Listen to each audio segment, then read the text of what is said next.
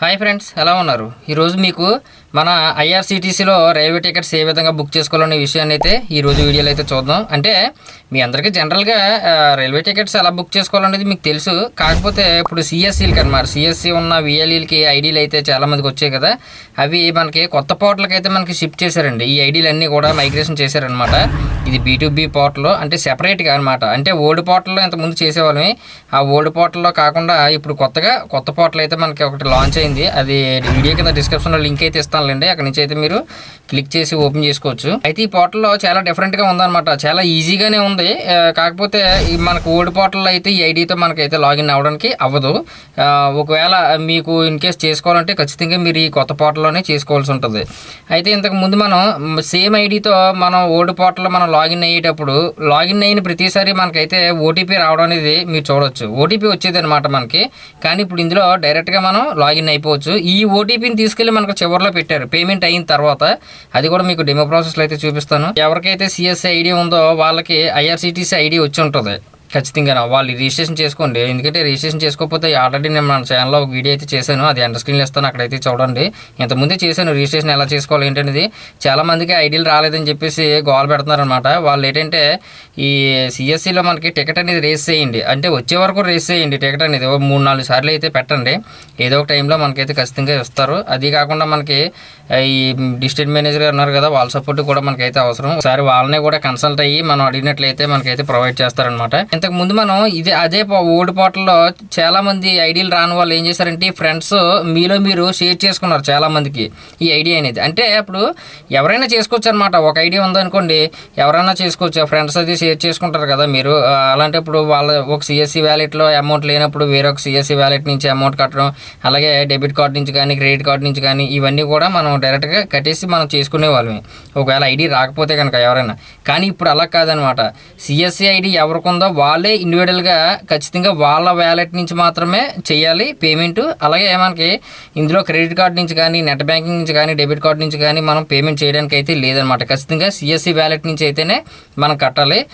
Next మళ్ళీ మనకి చివరిలో సిఎస్సి వ్యాలెట్ పిన్ ఇవన్నీ వచ్చేసాక కూడా మళ్ళీ మనకి అక్కడ పాస్వర్డ్ అవుతుంది అనమాట, ఐఆర్సీటీసీ పాస్వర్డ్. మళ్ళీ దాని ద్వారా మళ్ళీ మనం అయితే ఓటీపీని అక్కడ జనరేట్ చేసి మళ్ళీ చాలా ప్రాసెస్ పేమెంట్ ప్రాసెస్ అయితే చాలా ఇదిగానే ఉంది. ఒకసారి మీకు చూపిస్తానులేండి చిన్న డెమో ప్రాసెస్ అయితే. నెక్స్ట్ ఇంకోటి ఏంటంటే ఈ పేమెంట్ రీఫండ్ విషయానికి వస్తే కనుక ఇంతకు ముందు మనకి 10 రోజులు టైం అయితే పట్టిందండి ఓల్డ్ పోర్టల్లో చేసేటప్పుడు. మీరు చూసుకోవచ్చు 15 రోజులు, నెల రోజులు పట్టే టైం కూడా ఉందన్నమాట. నాకైతే ఇంచుమించు నెల రోజులు కూడా టైం పట్టింది అనుకోండి. ఇప్పుడైతే జస్ట్ మీరు క్యాన్సిల్ చేయగానే 1 డేలో మీకు అమౌంట్ అనేది రిఫ్లెక్ట్ అయిపోద్ది అనమాట. అది ఇందులోకి వస్తుంది, అంటే మీ బ్యాంక్ అకౌంట్లోకి అయితే యాడ్ అవ్వదు. మీరు సిఎస్సి వ్యాలెట్ నుంచి కడుతున్నారు కాబట్టి ఆ సిఎస్సి వ్యాలెట్లోనే అమౌంట్ అయితే రీఫండ్ వస్తుంది. 1 డేలో అయితే మీకు తిరిగి వచ్చేస్తుంది అనమాట, ఎటువంటి ప్రాబ్లం అయితే లేదు. ఇక కమిషన్ విషయానికి వస్తే ఒక ట్రాన్సాక్షన్కి వచ్చేసి మనకి ఏజెంట్ ఛార్జెస్ అనేది సర్వీస్ ఛార్జ్ అని 40 రూపీస్ అనేది మనకి మిగులుతుంది అనమాట. అంటే మనం టికెట్ చేసేటప్పుడే మనకు లెస్ అయిపోయి అందులో వస్తుంది అనమాట. దాన్ని మనం కస్టమర్ దగ్గర మనం వసూలు చేసుకోవడం, ఎందుకంటే ఈ ప్రింట్అవుట్లో వస్తుంది అనమాట అక్కడ ఏజెంట్ సర్వీస్ ఛార్జ్ అని చెప్పేసి 40 రూపీస్ ఒక ట్రాన్సాక్షన్కి. అది మీరు ఎన్నైతే టికెట్లు కొట్టండి అందులోనే ఒక 3 నెంబర్స్ అవ్వండి, 6 నెంబర్స్ అవ్వండి, కాకపోతే ఒక ట్రాన్సాక్షన్కి వచ్చేసి 40 రూపీస్ అయితే ఏజెంట్ సర్వీస్ ఛార్జ్ వస్తుంది. చాలామంది అడుగుతున్నారు అనమాట, ఇది మనకి కమిషన్ తర్వాత మళ్ళీ 1 మంత్కి ఒకసారి యాడ్ అవుతుందా? అది మనం టికెట్ కొట్టేటప్పుడే డైరెక్ట్ కట్ అయ్యి యాడ్ అవుతుంది కదా. ఇక ముందు నుంచి ఎవరికైనా మీ ఐఆర్సీటీసీ కానీ ఐడి ఎవరిది తీసుకోకండి, ఎందుకంటే ఎవరో కూడా, ఎందుకంటే వ్యాలెట్ పిన్ ఎన్ని కూడా ఎవరు కదా, పాస్వర్డ్లు కానీ వ్యాలెట్ పిన్ కానీ ఎవరు ఒకవేళ ఇన్ కేసు ఇచ్చినా మీరు చేసుకోవడానికి అయితే అవకాశం ఉండదు అనమాట. ఇప్పుడు మనం ఇంతకుముందు నెట్ బ్యాంకింగ్ క్రెడిట్ కార్డ్ నుంచి అయితే మనం కొట్టుకునే వాళ్ళం ఇండివిజువల్గా. ఇప్పుడు అలా లేదు, ఎవరు సిఎస్సి వ్యాలెట్ నుంచి వాళ్ళే పేమెంట్ అయితే చేయవలసి ఉంటుంది. వాళ్ళకి ఇండివిజువల్గా పెట్టేశారనమాట, సెక్యూరిటీస్ అయితే బాగా పెంచేశారు. సర్లేండి, మరి ఎవరన్నా ఇంకా రాకపోతే కనుక ఖచ్చితంగా అయితే మీరు పెట్టుకోండి. మరి చిన్న డెమో ప్రాసెస్ అయితే చూద్దాం. మరి ఈ వీడియో కనుక నచ్చినట్లేదు ఒక లైక్ చేయండి, అలాగే మన ఛానల్ మాత్రం సబ్స్క్రైబ్ చేసుకోవడం మర్చిపోకండి.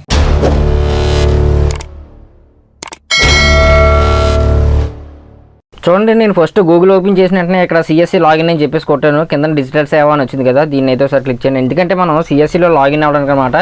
ఇక్కడ లాగిన్ అనే బటన్ ఉంటుంది, దీన్ని అయితే క్లిక్ చేసి ఒకసారి మనం ఇక్కడ యూజర్ నేమ్ పాస్వర్డ్ క్యాప్చర్ ఇచ్చేసి సైన్ ఇన్ అయితే అయిపోదాం. ఇక్కడ సైన్ ఇన్ అయిపోయిన తర్వాత ఇక్కడ మనం సర్వీసెస్లోకి అయితే వెళ్దాం. వెళ్ళిన తర్వాత మనం ఒకసారి సెర్చ్ చేద్దాం.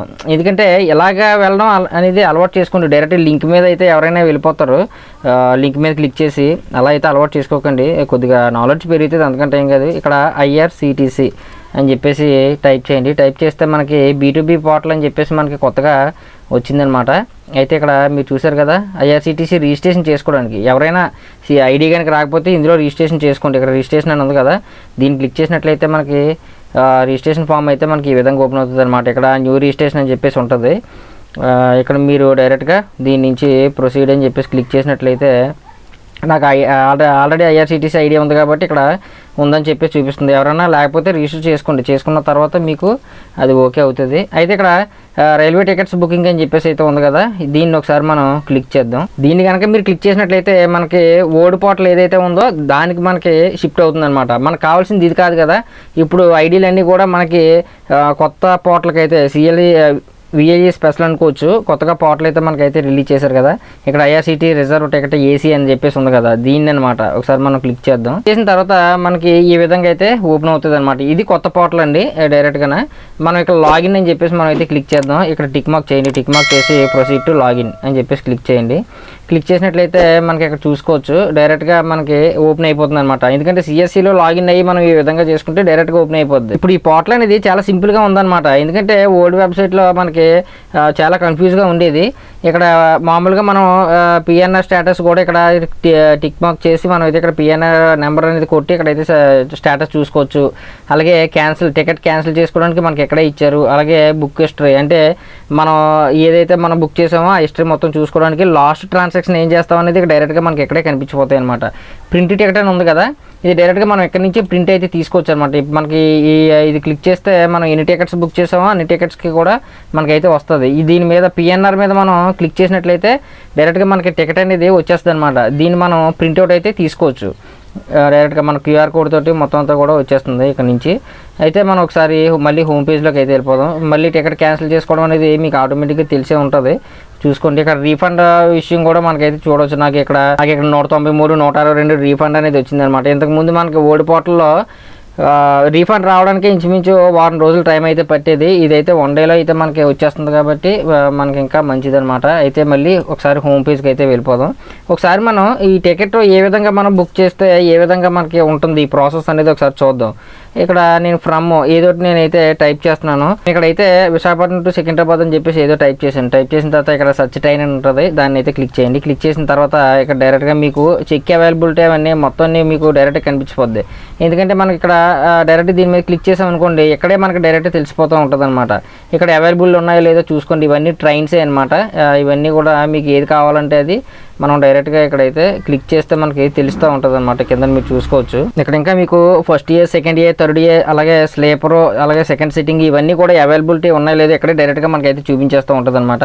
అయితే ఒకసారి నేను ట్రైన్ టికెట్ ఒకటి బుక్ చేసి వస్తాను. ఇక్కడ మనకు ఉంది కదా సెకండ్ సిట్టింగ్లో ఇక్కడ అవైలబుల్లో ఉన్నాయో లేదో ఇది ఉంది కదా, దీని మీద నేను బుక్ చేయాలనుకున్నాను అనుకోండి. దాని మీద క్లిక్ చేసి జస్ట్ మనకు ఒక పాపప్ అయితే వస్తుంది అనమాట. దీన్ని ఓకే చేయండి. ఓకే చేసిన వెంటనే మనకి ఈ విధంగా అయితే వస్తుంది. మనకి ఇక్కడ అవైలబిలిటీ ఎన్ని ఉన్నాయనేది ఇక్కడే చూపించేస్తుంది. అక్కడ చూపిస్తుంది, ప్లస్ ఇక్కడ కూడా మనకైతే చూపిస్తుంది. అయితే ఇక్కడ డేటు ఇవన్నీ కూడా జాగ్రత్త చూసుకోండి. చూసుకున్న తర్వాత ఇక్కడ టైటిల్ వచ్చేసి ఆడవాళ్ళకి అయితే మిసెస్ పెట్టండి, లేదంటే మిస్టర్ పెట్టండి. తర్వాత పాసెంజర్ నేమ్ అనేది ఎంటర్ చేస్తారు, అలాగే ఏజ్ ఎంటర్ చేస్తారు, అలాగే జెండర్ అనేది ఎంటర్ చేస్తారు. ఎంటర్ చేసిన తర్వాత ఇక్కడ కంట్రీ అనేది ఆటోమేటిక్గా వస్తుంది. మీకు బెర్త్ విండో సీట్ కావాలంటే ఇక్కడ అన్ని కనిపిస్తాయి అనమాట.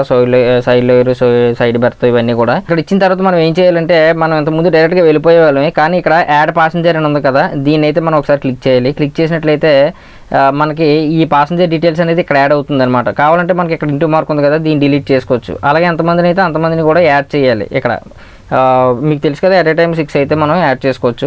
అయితే ఇక్కడ మీరు చూసుకోవచ్చు డైరెక్ట్గా ఇక్కడ బోర్డింగ్ స్టేషన్ అనేది మనం ఇక్కడ మార్చుకోవచ్చు కావాలనుకుంటే. బోర్డింగ్ స్టేషన్ అనేది మనం ఎక్కడి నుంచే మార్చుకోవచ్చు. ఒకవేళ అవసరం లేదు, మనం ఎక్కడి నుంచి అయితే బుక్ చేసుకున్నామో అక్కడే మనం ఎక్కాలి ట్రైన్ అని చెప్పేసి అనుకున్నప్పుడు నో అని చెప్పేసి టిక్ మార్క్ చేసుకోండి. ఇక్కడ పాసెంజర్ మొబైల్ నెంబర్ అయితే ఇచ్చేసేయండి. ఇచ్చిన తర్వాత కొద్ది కిందకు వచ్చేసినట్లయితే ఇక్కడ అడ్రస్ అయితే ఇవ్వాలన్నమాట. అంటే వాళ్ళదే ఊరు, కస్టమర్ అదే మన ట్రావెలర్ అదే ఏ ఊరు అని చెప్పేసి ఇక్కడైతే ఇవ్వాలి. ఇచ్చిన తర్వాత మళ్ళీ సేమ్ ఇక్కడ పిన్ కోడ్ అయితే కంపల్సరీగా ఇవ్వాలి. ఇచ్చిన తర్వాత ఇక్కడ స్టేట్ అనేది ఆటోమేటిక్గా వస్తుంది, అన్నీ ఆటోమేటిక్ తీసుకుంటుంది. ఇక్కడ పోస్ట్ ఆఫీస్ వచ్చేసి మనం సెలెక్ట్ చేసుకోవాలి. సెలెక్ట్ చేసుకున్న తర్వాత అదర్ ప్రిఫరెన్స్ అని అడుగుతున్నారు కదా, దీన్ని టిక్ మార్క్ చేయకండి. ఒకవేళ మీకు పెద్ద మనకైతే అవసరం ఉండదు, వదిలేసేయండి. తర్వాత ఇక్కడ ఇన్సూరెన్స్ కావాలంటే ఎస్ పెట్టుకోండి, లేదంటే నో అని పెట్టేసుకోండి. ఒక పర్సన్కి వచ్చేసి 35 పైసలతో మనకు ఛార్జ్ అయితే చేస్తున్నారనమాట.